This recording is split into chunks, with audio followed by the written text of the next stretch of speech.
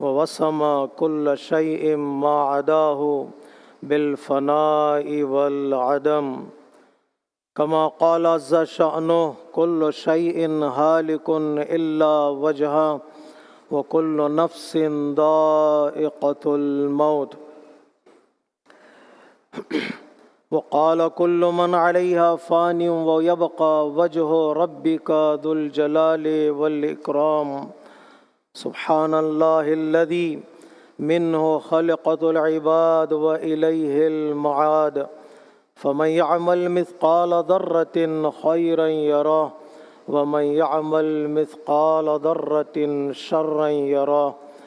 نشهد أن لا إله إلا هو الملك الذي لا ينازع في ملكه ولا يضاد في حكمه، يعذب من يشاء بما يشاء كيف يشاء ويرحم من يشاء بما يشاء كيف يشاء.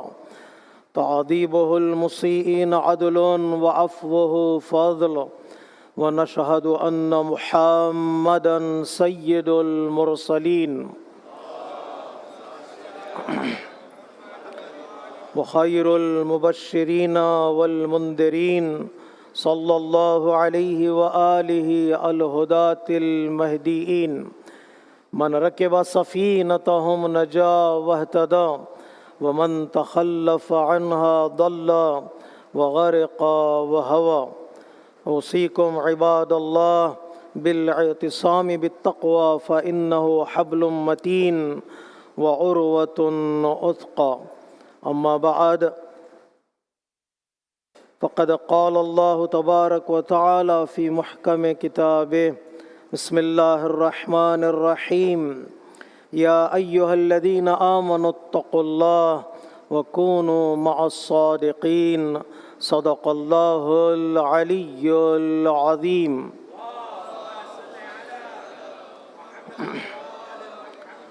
نماز گزارن عزیز، خطبہ اول کی ابتدا میں اپنے نفس کے ساتھ ساتھ آپ تمامی حضرات کو تقوی الہی کی دعوت دیتا ہوں۔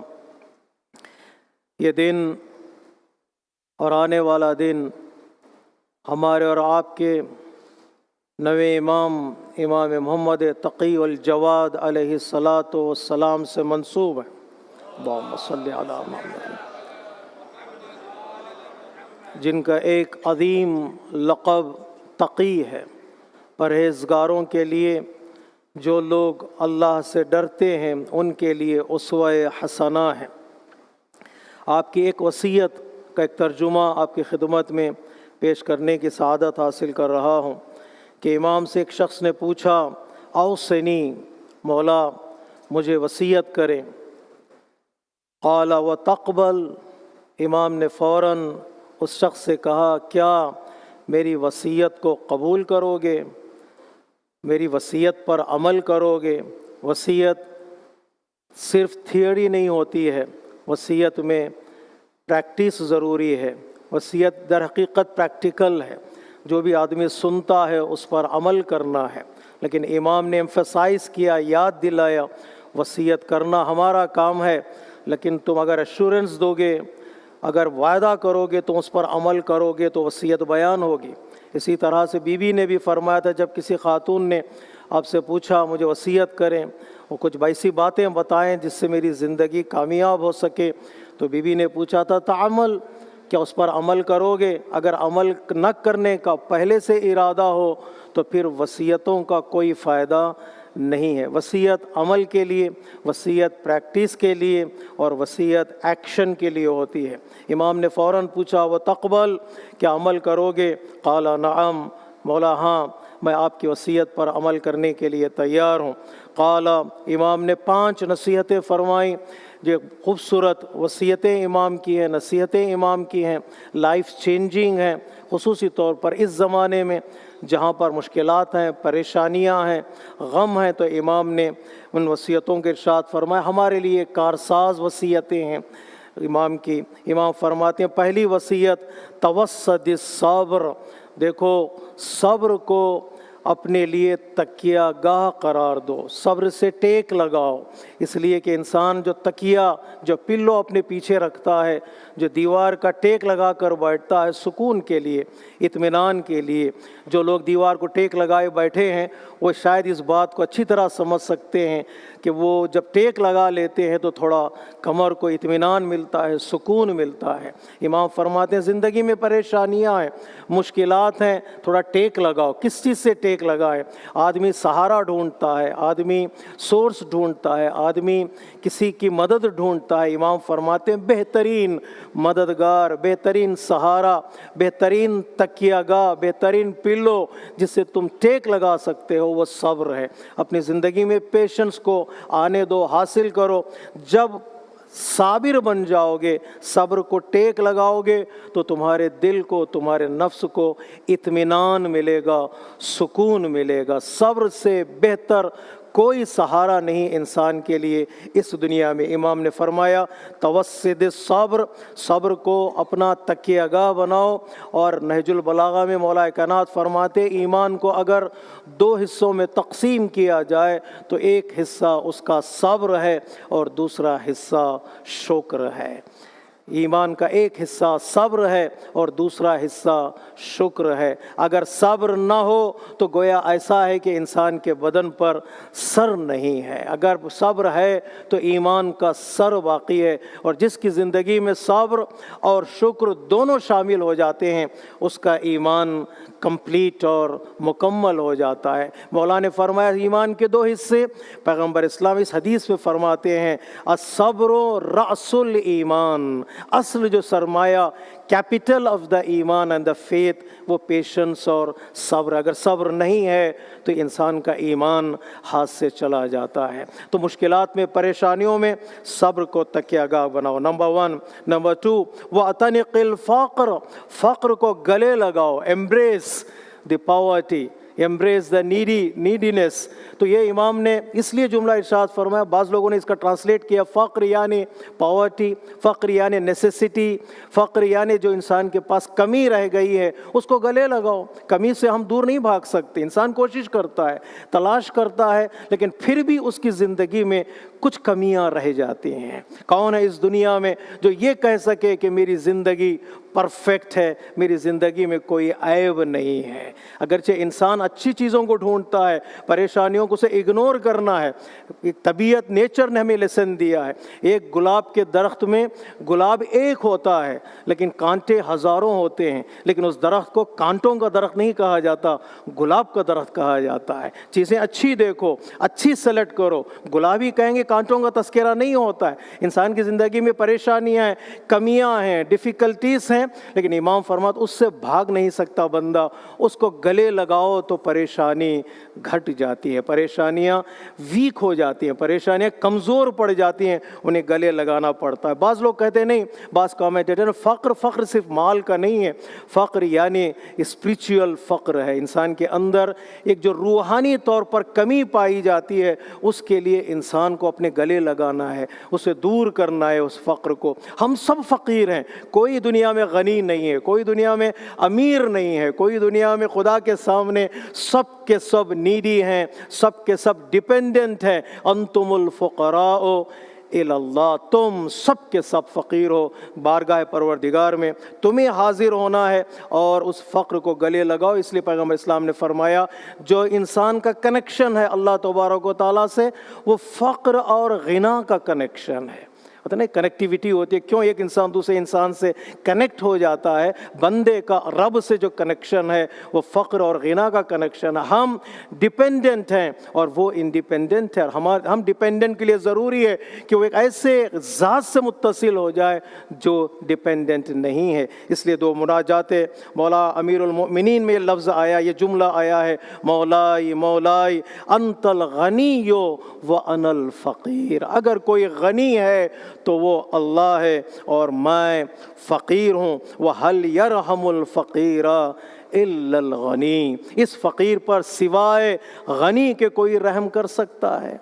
کوئی اس کا خیال کر سکتا ہے؟ اللہ تبارک و تعالیٰ غنی ہے، غنی مطلق ہے، اللہ تبارک و تعالیٰ کی ذات سے ہمارا کنیکشن ہونا چاہیے۔ تو یہ فقر کو انسان گلے لگائے، ایمبریس کرے، تو انسان کی وہ پریشانی اور وہ ویکنس دور ہو جاتی ہے اور اللہ تبارک و تعالیٰ سے اپنے رابطے کو بندہ مضبوط کرتا ہے۔ ایک کامنٹیٹر نے خوبصورت جملہ کہا ہے، جو انسان فقر میں صبر اختیار کرتا ہے، فقر کو ایمبریس کرتا ہے، اللہ تبارک و تعالیٰ اسے عزیز بنا دیتا ہے، اسے آنریبل بنا دیتا ہے، اسے ریسپیکٹفل بنا دیتا ہے۔ اگر آدمی چلانے لگے، آدمی ہاتھ پھیلانے لگے، تو سب سے پہلی چیز جو اس سے چھن جاتی ہے اس کی عزت اور اس کا وہ آنر ہے۔ انسان کو چاہیے کہ فقر میں انسان کو صبر کرنا چاہیے۔ کسی نے مولا کائنات کے سامنے حضرت خضر کا یہ جملہ دہرایا کہ حضرت خضر علیہ السلام نے فرمایا، بہترین مالدار وہ ہے جو فقیروں کا خیال کرے،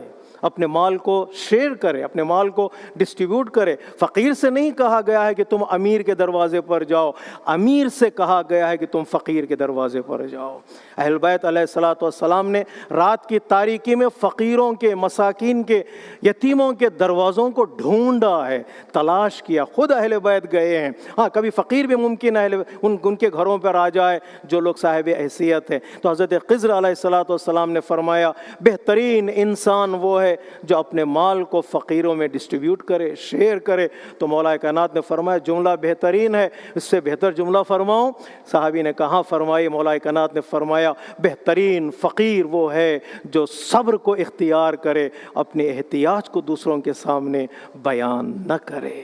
کیسے کبھی کبھار کہا جاتا ہے نا، فقیر جب ہاتھ پھیلا دیتا ہے سب سے پہلی چیز جو اسے چھن جاتی ہے وہ عزت ہے۔ جو صبر کر لیتا ہے پروردگار عالم اسے دنیا میں اور آخرت میں عزیز بنا دیتا ہے۔ تو فقر کو گلے لگانا ہے، صبر کے ساتھ، صبر کو اختیار کرو۔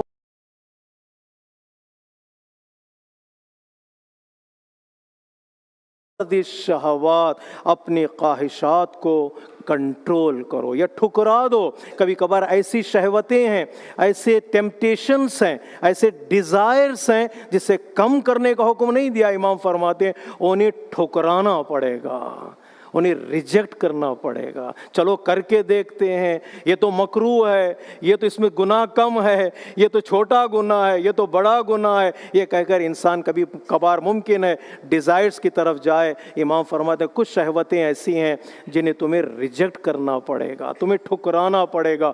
کئی شہوتیں ہیں، یہ شہوت صرف وہ نہیں جو انسان ٹیمپٹیشن کی بات کرے، لسٹ کی بات کرے، ممکن ہے پاور کی شہوت بھی ہو، ممکن ہے انسان کی قدرت کے اعتبار سے، انسان طاقت کے اعتبار سے جو آج کی دنیا میں ہمیں نظر آتی ہے کہ انسان اس کا شکار ہو جاتا ہے، ان ڈیزائرز میں انسان ڈراؤن ہو جاتا ہے۔ امام فرماتے ہیں یہ چیزیں تمہیں تباہ کر دیں گی، تمہیں برباد کر دیں۔ کتنی قومیں ایسی ہیں جنہوں نے شہوات کی طرف قدم آگے بڑھایا، ان شہوتوں نے ان کو غرق کر دیا۔ ممکن ہے پاور کی ہو، ممکن ہو پوزیشن کی ہو، ممکن ہے پیسے کی ہو۔ یہ وہ شہوتیں ہیں جو انسان کو ممکن ہے دین سے دور کر دیں اور ہدایت سے دور کر دیں۔ امام نے فرمایا کوشش کرو کہ ورفد الشہوات، شہوات کو ٹھکرا دینا۔ اور چوتھی وصیت امام کی، وہ خالف الہوا، دنیا داری، نفسانی خواہشات کی مخالفت کرو۔ کبھی کبھار دو چیزیں انسان کے سامنے کھڑی ہو جاتی ہیں، ایک طرف دنیا ہے اور دوسری طرف آخرت ہے۔ کبھی کبھار دونوں مل جاتی ہیں، بسم اللہ۔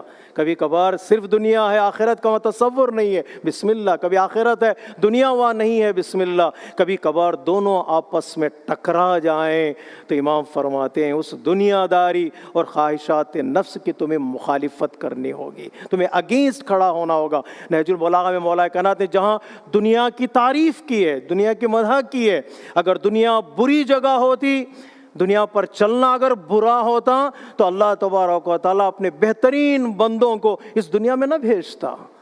بہترین بندے انبیاء علیہ السلام دنیا میں آئے ہیں، رسول دنیا میں آئے، ہمارے نبی، آخری نبی جو پروردگار عالم کے خزانے کے بہترین انسان ہیں، اس سے بہتر انسان کہاں ہے دنیا میں؟ اس کو اللہ تبارک و تعالیٰ نے زمین پر بھیجا۔ اس کا مطلب دنیا بری جگہ نہیں ہے، ہم نے دنیا کو برا بنا دیا ہے، ہم نے دھوکے اتنے دیے، جھوٹ اتنا ہم نے بولا، دنیا لوگ کہتے ہیں دھوکے کی وجہ سے، جھوٹ کی وجہ سے دنیا بری ہے، ورنہ دنیا بہترین جگہ ہے۔ حتیٰ یہاں تک کہ مولا کائنات فرماتے ہیں اگر دنیا ہی وہ جگہ ہے جہاں پر اللہ کی عبادت کی جا سکتی ہے۔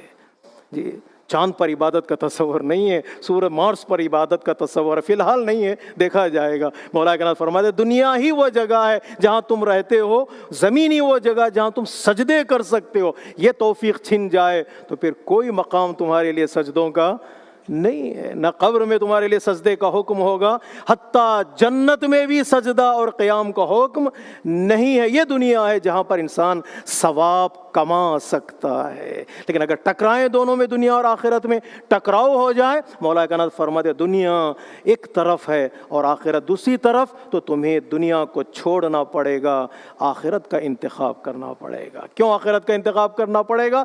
لِأَنَّهَا خَيْرٌ وَأَبْقَىٰ، اس لیے کہ آخرت بہتر بھی ہے اور باقی رہنے والی ہے۔ دنیا جتنی بھی بہتر ہو وہ تم سے چھین لی جائے گی، وہ لمیٹڈ ہے، ٹائم لمیٹڈ ہے، پلیس بوند ہے، اور انسان کی خواہشات یہاں پوری ہونے والی نہیں۔ آخرت کو اختیار کرو، وہ بہتر بھی ہے اور باقی رہنے والی بھی ہے۔ امام نے فرمایا وَخَالِفِ الْهَوَىٰ، اس لیے جو لوگ نفس کی مخالفت کرتے ہیں، اگینسٹ کھڑے ہو جاتے ہیں، ڈیزائرز کو فالو نہیں کرتے، ان لوگوں کا جہاد در حقیقت جہاد اکبر کہا گیا۔ پیغمبر اسلام نے دیکھا ایک نوجوان جو جنگ سے لوٹ رہا تھا، وار سے لوٹ رہا تھا، بدن میں اس کے وہ ملٹری یونیفارم موجود تھا، کپڑے پہنے ہوا تھا، فخر سے چل رہا تھا، ہاتھ میں اس کے پتہ نہیں تلوار ہو یا کوئی ویپن بھی موجود تھا۔ پیغمبر اسلام نے اس کے چہرے کو دیکھا، مبارکباد پیش کی، ماشاءاللہ لڑ کر آ رہے ہو، دشمن کو ہرا کر آ رہے ہو۔ اس فوراً پیغمبر اسلام نے فرمایا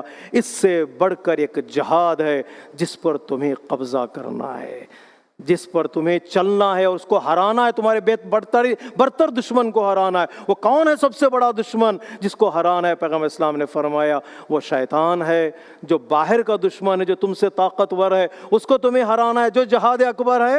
اور دوسری حدیث میں پیغمبر اسلام فرماتے ہیں اعدا عدوک نفسک التی بین جنبیک، تیرا سب سے بڑا دشمن وہ تیرا نفس ہے جو تیرے دو پسلیوں اور پہلوؤں کے درمیان واقع۔ وہ نفس ہے جو انسان کو دکساتا ہے، نفس ہے جو انسان کو برائی کی طرف لے جاتا ہے۔ کسی نوجوان نے سوال کیا اگر شیطان ہمیں بہکا رہا ہے تو شیطان کو کس نے بہکایا؟ جی شیطان ہمیں بہکاتا ہے تو پوچھتے ہیں نا بچے آج کل کے ماشاءاللہ اسمارٹ ہوتے ہیں، مولانا شیطان ہمیں بہکا رہا ہے تو شیطان کو کس نے بہکایا؟ سیدھا سادہ جواب یہی ہے کہ شیطان کو شیطان کے نفس نے بہکا دیا ہے۔ وہ جو برتری کی خواہش پیدا ہوئی، وہ بہتر بننے کی خواہش پیدا ہوئی، وہ سجدہ کرانے کی جو خواہش پیدا ہوئی، اس نفسانی خواہش نے شیطان کو بہکا دیا۔ اعدا عدوک نفسک التی بین جنبک کی چوتھی وصیت ہے امام کی، اور پانچویں وصیت اللہ تبارک و تعالیٰ مجھے اور آپ کو عمل کی توفیق عطا فرمائے۔ وَعْلَمْ أَنَّكَ لَن تَخْلُو مِنْ عَيْنِ اللَّهِ، جہاں بھی رہو، جس جگہ پر بھی رہو، جس وقت پہ بھی تم زندگی گزارو، یاد رکھو اللہ تمہیں دیکھ رہا ہے، اللہ تمہیں دیکھ رہا ہے۔ کہیں سی سی ٹی وی کیمرہ ہو تو بندے کا ایکشن بدل جاتا ہے، بندے کا برتاؤ بڑھ جاتا ہے۔ سامنے کیمرہ لگا ہوا ہے تو میں سج دھج کر آیا ہوں، جی میرے کپڑوں کا رنگ میں سلیکٹ کرتا ہوں، کیمرہ میرے سامنے رہے گا، میں چشمے کا سلیکٹ کرتا ہوں، کیمرہ مجھے ریکارڈ کر رہا ہے، میری تصویر بنا رہا ہے۔ امام فرماتے ہیں اگر یہ تصور تمہارا دین میں بھی آ جائے کہ اللہ تمہیں دیکھ رہا ہے تو تمہاری زندگی بدل جائے گی۔ وَعْلَمْ أَنَّكَ لَن تَخْلُو مِنْ عَيْنِ اللَّهِ، کوئی ایسی جگہ بتاؤ جہاں اللہ نہ دیکھ رہا ہو۔ مولا گناہ کرنے کو بہت من کرتا ہے۔ کسی نے امام حسن مجتبیٰ سے کہا مولا گناہ کرنے کو بہت دل چاہتا ہے، روکنا بھی چاہتا ہوں، خود کو روک نہیں پاتا، کیا کروں؟ امام نے فرمایا ایسی جگہ جا کر گناہ کرنا جہاں تمہیں اللہ نہیں دیکھ رہا ہو۔ تھوڑی دیر سوچنے کے بعد کا مولا ایسی جگہ، کوئی ایسی جگہ دنیا میں ہے ہی نہیں جہاں اللہ نہ دیکھتا ہو۔ تو امام نے فرمایا جب اتنا یقین ہے تو پھر گناہ سے دوری اختیار کرو، گناہ سے دوری اختیار کرو۔ وَعَلَمْ أَنَّكَ لَن تَخْلُو مِنْ عَيْنِ اللَّهِ۔ ایک کانسنٹریشن انسان کی زندگی میں آ جائے کہ اللہ مجھے دیکھ رہا ہے، یہ یقین ہو جائے تو پھر انسان کی زندگی کامیاب ہو جاتی ہے۔ چھٹے امام صادق علیہ الصلاۃ والسلام فرماتے یا اسحاق فی اللہ کأنک ترا، خوبصورت حدیث ہے، اے اسحاق اللہ سے ایسے ڈرو جیسے اللہ تمہیں دیکھ رہا ہے، یا تم اللہ کو دیکھ رہو، کأنک تراہ، تم اللہ کو دیکھ رہو، جو ایک عرفانی منزل ہے۔ وَإِن كُنْتَ لَا تَرَاهُ، ہم دیکھ نہیں پاتے، اتنی معرفت نہیں ہے، فیل نہیں کر پاتے، سینس ہماری زندگی میں نہیں ہے اللہ کو دیکھنے کا۔ امام فرماتے اگر اسے تم دیکھ نہیں سکتے، یقین رکھو فَإِنَّهُ يَرَاكَ، وہ تمہیں دیکھ رہا ہے، وہ تمہیں دیکھ رہا ہے۔ اس کے بعد کا جملہ جگانے کے لیے کافی ہے ہم سب کو، فَإِن كُنْتَ تَرَىٰ أَنَّهُ لَا يَرَاكَ فَقَدْ كَفَرْتَ، اگر تمہارا یہ یقین ہو کہ وہ تمہیں نہیں دیکھ رہا ہے تو گویا تم کافر ہو گئے۔ یہ انکار ہے اللہ تبارک و تعالیٰ کے ون آف دی ایٹریبیوٹس کا انکار ہے کہ اللہ مجھے نہیں دیکھ رہا، تم کافر ہو جاؤ گے۔ اگر تمہیں یقین ہے کہ وہ دیکھ رہا ہے پھر بھی گناہ کر رہے ہو، اس کا مطلب یہ کہ تم اللہ کے وجود کے قائل نہیں ہو۔ اپنی اصلاح کرو، اپنے عقیدے کی اصلاح کرو۔ جتنا عقیدہ مضبوط ہوگا اللہ کے دیکھنے پر، بصیر ہونے پر، اتنا ہی تمہارا ایکشن بہتر ہوتا چلا جاتا ہے۔ امام نے فرمایا دیکھو اپنے یقین کو مضبوط کرو کہ اللہ تمہیں دیکھ رہا۔ ایک ذات کی طرف انسان کی نگاہیں ہوں، تصور ہو، عقیدہ ہو، انسان کی زندگی کامیاب ہو جاتی ہے۔ پتہ ہے ہم لوگ صبح ایکسرسائز کرتے ہیں، منڈیز اور فرائیڈیز مارننگ نماز صبح کے بعد، سینئر سٹیزن کے لیے، لیکن آہستہ آہستہ یوث بھی شامل ہو رہے ہیں، سینئر سٹیزن پیچھے ہوتے چلے جا رہے ہیں۔ میں انہیں ریکویسٹ کرتا ہوں تھوڑا آگے آئیں، آدھا گھنٹہ ایکسرسائز کرنے سے آپ کے وقت میں کوئی کمی نہیں ہو جاتی۔ لیکن ایک ٹرینر نے بڑا خوبصورت جملہ کہا، ایک پیر پر کھڑے ہونا مشکل ہوتا ہے، خصوصی طور پر سینئر سٹیزن کے لیے، ایک پیر اٹھائیں ایک پیر پر کھڑے ہوں۔ تو اس نے بڑا خوبصورت جملہ کہا، اگر تم بیلنس کو برقرار رکھنا چاہتے ہو تو سالڈ آبجیکٹ جو زمین پر ہے اس پر تمہاری نگاہ ہو، موویبل آبجیکٹس پہ نہ ہو۔ ہم سر اٹھا کر دیکھتے ہیں گاڑیاں چل رہی ہیں تو ایک پیر پر کھڑا ہونا تمہارا مشکل ہے، تم گر جاؤ گے۔ اگر سالڈ آبجیکٹ زمین پر ہے، انموویبل آبجیکٹ ہے، اس پر نگاہ رکھو، تمہارا بیلنس برقرار رہے گا۔ ایک ذات پر نگاہ انسان کے ہو جائے، انسان کی زندگی میں بیلنس آ جاتا ہے، انسان گرے گا نہیں۔ اگر اللہ کی ذات پر انسان کی نگاہ جا کر ٹھہر جائے، وہ جس حال میں بھی رہے گا وہ حال اسے اچھا لگے گا۔ اللہ تبارک و تعالی ہم سب کے توفیقات میں اضافہ فرمائے۔ ان احسن الحدیث وابلغ الموعظہ کتاب اللہ، بسم اللہ الرحمن الرحیم، والعصر ان الانسان لفی خسر الا الذین آمنوا وعملوا الصالحات وتواصوا بالحق وتواصوا بالصبر۔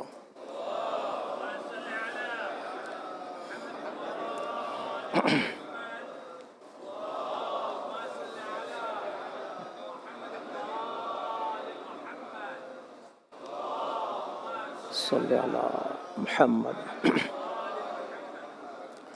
بسم اللہ الرحمن الرحیم۔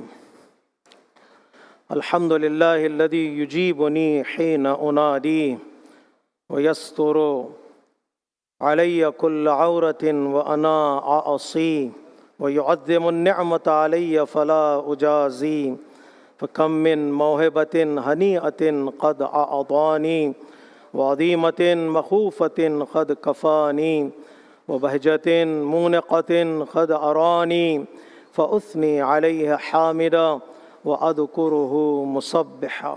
خطبہ دوم میں ایک بار پھر اپنے نفس کے ساتھ ساتھ آپ تمامی حضرات کو تقوی الہی کی دعوت دیتا ہوں۔ علامہ اقبال نے اپنی کتابوں میں ایک آرگومنٹ لکھا ہے، دو چیزوں کے درمیان، پہاڑ اور گلہری کے درمیان، ماؤنٹین اینڈ اسکارل کے درمیان ایک آرگومنٹ ہوئی۔ ماؤنٹین ظاہر سی بات ہے بڑا ہے، طاقتور ہے، ڈیپ روٹیڈ ہے، ہائٹ اس کی زیادہ ہے، ویٹ اس کی زیادہ ہے، ڈیپتھ اس کی زیادہ ہے اور سٹرانگ ہوتا ہے۔ تو اس نے گلیری سے کہا، اسکورل سے کہا، تیرا بھی کوئی وجود ہے کیا؟ یو آر ویری اسمال، نہ ہائٹ ہے تیرے پاس، نہ تیرے پاس طاقت ہے، اسٹرنتھ ہے، مجھے دیکھ۔ میں طاقتور ہوں، کھڑا ہوا ہوں، زمین کو کنٹرول کرتا ہوں، ارتھ کویک کو کنٹرول کرتا ہوں، اسٹارمز کو کنٹرول کرتا ہوں، جی لوگ میرا آسرا لیتے ہیں، سہارا لیتے ہیں، صلح میں کام آتا ہوں، جنگوں میں کام آتا ہوں، تو نہ کسی کے کام آتی ہے، اور تیرا وجود دیکھ اور تیری اسٹرنتھ دیکھ۔ تو یہ اچھا ایک ایروگنسی تھی، ایک تھاٹ تھا مونٹین کا، ظاہر سی بات ہے مثال ہے، یہ انسانوں کے لیے مثال ہے، لیکن طبیعت سے، نیچر سے ان سے ایگزامپلس لے سکتا ہے۔ اس وقت اسکارل نے مسکرا کر کہا، ٹھیک ہے صاحب، میں آپ کی بڑائی کو جانتی ہوں، آپ بڑے بھی ہیں، طاقتور بھی ہیں، اور آپ کی ہائٹ بھی زیادہ ہے، آپ پاورفل بھی ہیں، اسٹرنتھ بھی زیادہ ہے، لیکن جو کام میں کر سکتی ہوں وہ تم نہیں کر سکتے۔ کہ تم کیا کر سکتی ہو؟ مونٹین نے پوچھا تم کیا کر سکتی ہو؟ اس اسکارل نے کہا، میں ایک درخت سے دوسرے درخت پر جمپ لگا سکتی ہوں، تم لگا سکتے ہو؟ بسم اللہ۔ میں گلاب توڑ سکتی ہوں، تم توڑ سکتے ہو؟ میں فروٹ توڑ کر کھا سکتی ہوں، تم کھا سکتے ہو؟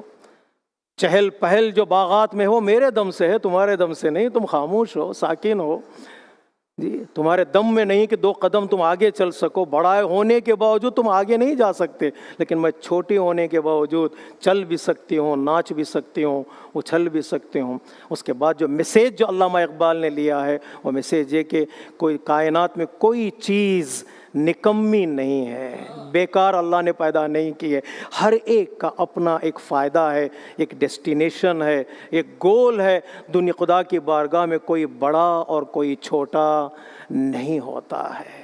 بڑا ہو جانے سے کوئی آدمی اللہ کی نگاہ میں بڑا نہیں ہو جاتا جب تک وہ اچھا نہیں ہو جاتا، چھوٹا ہونے سے کوئی اللہ کی نگاہ میں گر نہیں جاتا جب تک کہ وہ برا نہیں ہو جاتا۔ اللہ کی نگاہ میں بڑا چھوٹا نہیں، اللہ کی نگاہ میں اچھا اور برا دیکھا جاتا ہے۔ مثال سے جو میسیج لیا ہے، نیچر سے مثال لی ہے، انسانوں کے لیے مثال یہ کہ آج کی دنیا جو ایروگنسی کی طرف جا رہی ہے، آج کی دنیا جو تکبر کی طرف جا رہا ہے، غرور کی طرف جا رہا ہے، ہمیں بڑا کہو، ہمیں بڑا مانو، ہماری بات کو مانو، ہمارے پاس اسٹرنتھ ہے، ان کے لیے جواب یہ ہے کہ تو زندگی صرف تمہارے دم سے نہیں چلتی، ان مزدوروں سے بھی زندگی چلتی ہے جن مزدوروں نے تمہیں بڑا بنایا ہے، ان لوگوں سے بھی تمہاری زندگی بنتی ہے جن لوگوں نے تمہیں سہولتیں فراہم کی۔ اگر وہ نہ ہوتے تو تمہاری بڑائی کا تصور دنیا میں نہیں پایا جاتا۔ ایک انڈسٹری میں،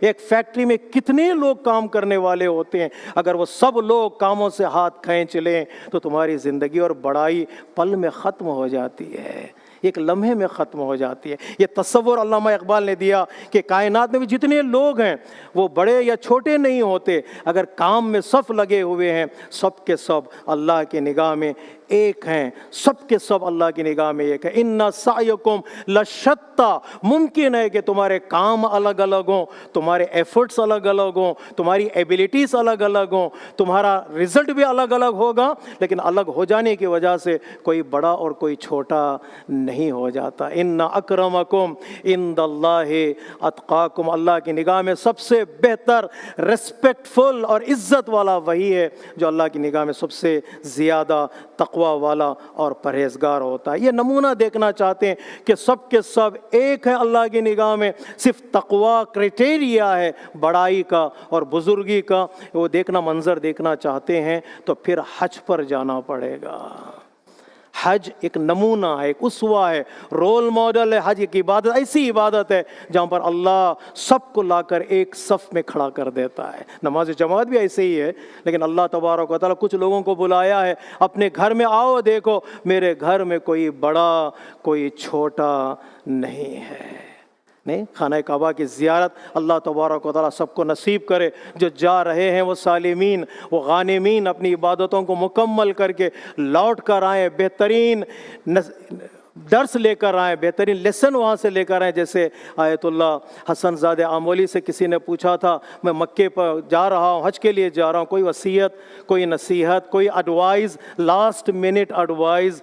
تو آیت اللہ حسن زادہ آمولی نے کہا، دیکھو جا رہے ہو، لوٹ کر نہ آنا، لوٹ کر نہ آنا۔ اسے تعجب ہوا کہ کہیں مجھے بددعا تو نہیں کر رہے کہ حج پہ جاؤں اور وہاں مر جاؤں، مدینہ جاؤں وہاں مر جاؤں؟ تو فوراً حسن زادہ آمولی نے کہا، جانا ویسے ہی لوٹ کر نہ آنا جیسے گئے ہو، کچھ تو تمہاری زندگی میں چینجز آنے چاہیے۔ ایسے انسان بن کر جا رہے ہو ویسے ہی لوٹ کر نہ آنا، بلکہ کوئی تبدیلی تمہاری زندگی میں آئے، کوئی ریولیوشن تمہاری زندگی میں آئے، دیکھ کر آؤ، وہاں لیسن دیکھ کر آؤ، وہاں کے حالات دیکھ کر آؤ، اپنی زندگی کو بدلنے کی کوشش کرو۔ اچھا کہا کسی اسکالر نے، میں نے شاید گزشتہ سال بھی یہ جملہ کہا تھا، یہ سفر کا مہینہ ہے، ذی الحجہ کا مہینہ ٹریولنگ کا مہینہ ہے، ذی الحجہ کا مہینہ جرنیز، اسپرچول جرنیز کا مہینہ ہے۔ ایک جگہ سے دوسری جگہ سب لوگ جا رہے ہیں، جسے مثال دی گئی، حجاج حج کے لیے جا رہے ہیں، کاروان جا رہے ہیں مکے کی طرف اور مدینے کی طرف۔ جیسے حضرت موسیٰ علیہ السلام مناجات کے لیے کوہ طور پر پہنچے تھے، یہ فرسٹ 10 days آف ذی الحجہ، ایکسٹینڈڈ 10 days ہیں، شوق بڑا۔ جب مناجات کے لیے اللہ نے حضرت موسیٰ کو بلایا، پہلے پہنچ گئے تھے، قوم پیچھے رہ گئی تھی، آپ پہلے پہنچ گئے تھے، ٹائم سے پہلے۔ ہم کہتے ہیں آن ٹائم آنا، حضرت موسیٰ وہ نبی ہیں جو اللہ کی بارگاہ میں ٹائم سے پہلے پہنچ گئے تھے۔ کسی اسکالر نے کہا شوق ملاقات میں موسیٰ وقت سے پہلے پہنچ گئے کوہ طور پر، اور میں مسجد کے قریب رہتا ہوں، اللہ سے بات کرنے کے لیے مسجد میں آنے کا میرے پاس ٹائم، معافی چاہتا ہوں زیادہ نصیحتیں نہ ہو جائیں، وقت سے پہلے ملاقات کا اتنا شوق تھا اللہ سے بات کرنے کا کہ موسیٰ ٹائم سے پہلے کوہ طور پر پہنچ گئے۔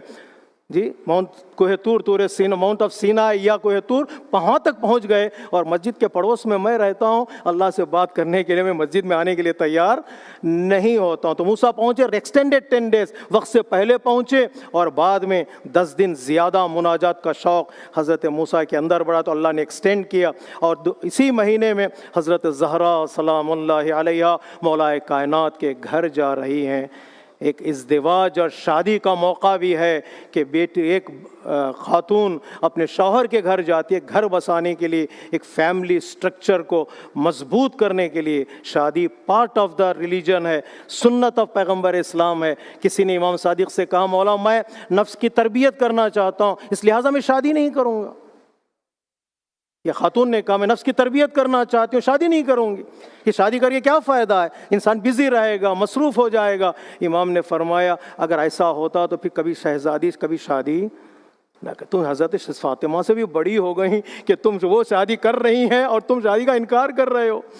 اس کا مطلب یہ کہ تم نفس کی تربیت نہیں کرنا چاہو، یہ ڈیزائرز ہیں جس کو تم فالو کرنا چاہتی ہو۔ حضرت زہرا اپنے شوہر کے گھر جا رہی ہیں، اور اسی مہینے میں حضرت مسلم علیہ السلام امام حسین کا خط لے کر کوفہ جا رہے ہیں ایک پیغام کربلا کا لکھنے کے لیے، اور امام حسین علیہ السلام حج کو عمرے میں بدل کر کربلا کی طرف روانہ ہیں۔ حضرت ابراہیم علیہ السلام حضرت اسماعیل کو لے کر مقتل جا رہے ہیں ذبح کرنے کے لیے، جو عید قربان کی تاریخ ہے، اور اسی طرح پیغمبر اسلام مولا کائنات کو لے کر غدیر کے میدان میں جا رہے ہیں تاکہ مولا کائنات کو آفیشیلی طور پر 1,24,000 حاجیوں کے درمیان آپ کو ولی بنایا جا سکے۔ اور اسی طرح پیغمبر اسلام سچوں کا قافلہ لے کر مباہلہ کے میدان میں جا رہے ہیں تاکہ بتائیں دنیا کو سچے لوگ کون ہیں، ٹروتھ فل لوگ کون ہیں، فالو کرنے میں آسانی ہو سکتی۔ اس کا مطلب یہ نہیں کہ دشمن سفر نہیں کرتا ہے، دشمن ٹریول نہیں کرتا، یہ دوست ہیں جن کو ہم مانتے ہیں وہ ٹریول کرتے ہیں۔ کسی اسکالر نے کہا سامری بھی جا رہا ہے، موسیٰ کوہ طور پر گئے، یہ تو یہاں سے سامری بھی نکلا قوم کو بہکانے کے لیے، ڈیویٹ کرنے کے لیے، اور اسی طرح سے شیطان بھی نکلا، کبھی حضرت ہاجرہ کے پاس، کبھی حضرت اسماعیل کے پاس، کبھی حضرت ابراہیم کے پاس، اور شمر و ابن زیاد بھی نکلے ہوئے اپنے گھر سے، اور قتل امام حسین علیہ السلام کے لیے وہ بھی سفر کر رہے ہیں، لیکن وہ برائی کا سفر ہے، اور جو تذکرہ میں نے کیا وہ اچھائی کا سفر ہے۔ سب کے سب میرے عزیزو اپنے گھر سے نکلے ہوئے ہیں کسی خاص پرٹیکولر ڈائریکشن کی طرف، ڈیسٹینیشن کی طرف، ایک گول ہے ان کے پاس، ایک اسپریچول گول، وہ گھر سے نکلے۔ اللہ تبارک و تعالی ہم سے بھی سوال کر رہا ہے، تمہیں بھی نکلنا ہے، بس یہ بتاؤ تمہیں کہاں جانا ہے، اینا تذہبون، کہاں جا رہے ہو، تمہیں کہاں جانا ہے۔ کہیں ایسا نہ ہو نیت الگ ہو اور تمہارا سفر کوئی الگ ڈائریکشن کی طرف جا رہا ہو،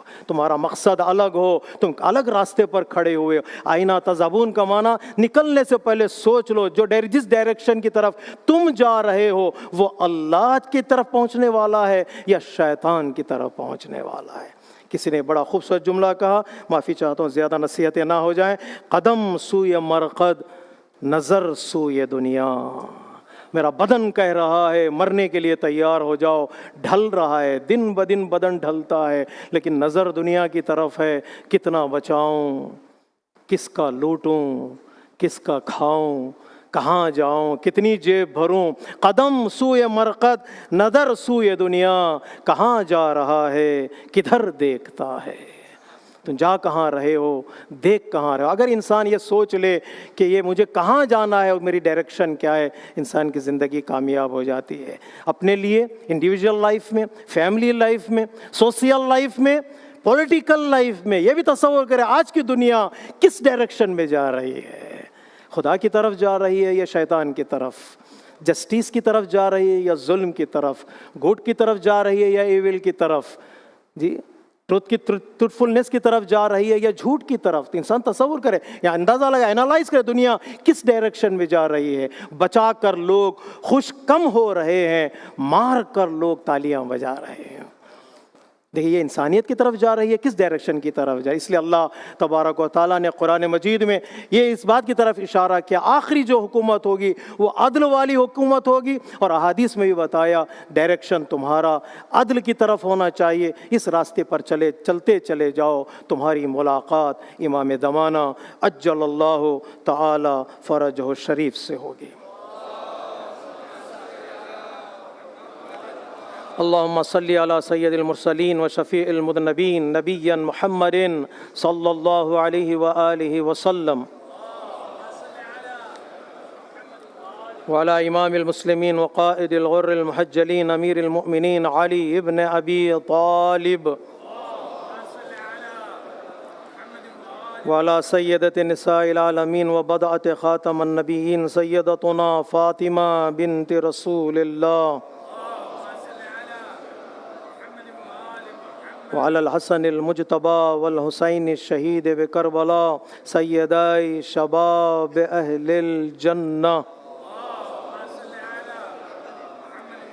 والأئمة المسلمين وقادة المؤمنين علي بن الحسين ومحمد بن علي وجعفر بن محمد وموسى بن جعفر وعلي بن موسى ومحمد بن علي وعلي بن محمد والحسن بن علي عليهم الصلوات والسلام اللهم صل على مولانا صاحب الزمان صلوات اللہ وسلامہ علیہ وعلی آبائہ الکرام اللہم عجل فرجہ وسہل مخرجہ واجعلنا من المستشہدین بین یدی اللہم افعل بنا ما انت اہلہ ولا تفعل بنا ما نحن اہلہ اللہم اجعلنا ممن یذکر فتنفعہ الذکر ان اللہ یأمر بالعدل والإحسان وإیتاء ذی القربى وینہا عن الفحشاء والمنکر والبغی یعظکم لعلکم تذکرون ان احسن الحدیث وابلغ الموعظہ کتاب اللہ بسم اللہ الرحمن الرحیم قل هو اللہ احد اللہ الصمد لم یلد ولم یولد ولم یکن له کفوا احد صدق اللہ العلی العظیم۔